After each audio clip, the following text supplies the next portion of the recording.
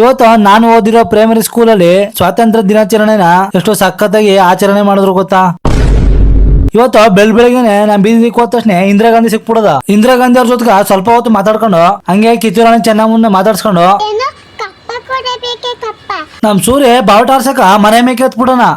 ಇದು ನಮ್ ದೇಶ ಅಂದ್ರೆ.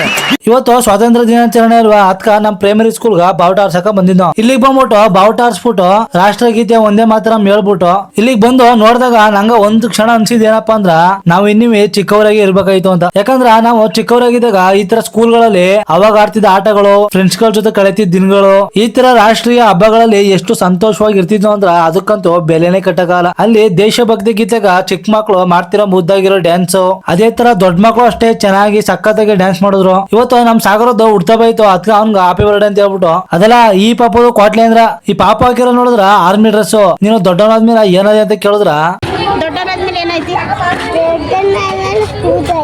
ಪೂಜಾರಿ ಹುಡುಗ ಬಾತ್ ಅಂದ್ರೆ ಇಲ್ಲಿ ಬೇಕಾದ್ರೆ ಓಡ್ಬೋದು ನೀವ. ಜನ್ಮಕ್ಕೆ ಹೋಗೋ ಸ್ಕೂಲ್ಗಳಲ್ಲಿ ಈ ತರ ಎಲ್ಲ ಒಟ್ಟಿಗೆ ಕುಂತ್ಕೊಂಡು ಊಟ ಮಾಡೋ ಮಜಾನೇ ಬೇರೆ. ನಮ್ ರತ್ನಗೌರಟ್ಲೆ ಇವತ್ತು ಶ್ರಾವಣ ಶನಿವಾರ ಅಂದ್ಬಿಟ್ಟು ಹಬ್ಬ ಮಾಡಾರ. ಅಲ್ಲಿಗೆ ಹೋಗ್ಬಿಟ್ಟು ಪಟ ಅಂದ್ಬಿಟ್ಟು ಒಂದೆರಡು ಕಾಯಿ ಸೇರ್ಬಿಟ್ಟು ಇಲ್ಲಿ ತನಕ ನನಗ್ ಸಪೋರ್ಟ್ ಮಾಡಿರೋ ಪ್ರತಿಯೊಬ್ಬರಿಗೂ ಧನ್ಯವಾದಗಳು. 10K ಫಾಲೋವರ್ಸ್ಗೆ ಇನ್ನು 300 ಜನ ಬಾಕಿ ಇದಾರೆ ಅಷ್ಟೇ. ಬೇಗ ಫಾಲೋ ಮಾಡಿ ನಿಮ್ ಆಶೀರ್ವಾದ ಹಿಂಗೆ ಇರ್ಲಿ ಅಷ್ಟೇ.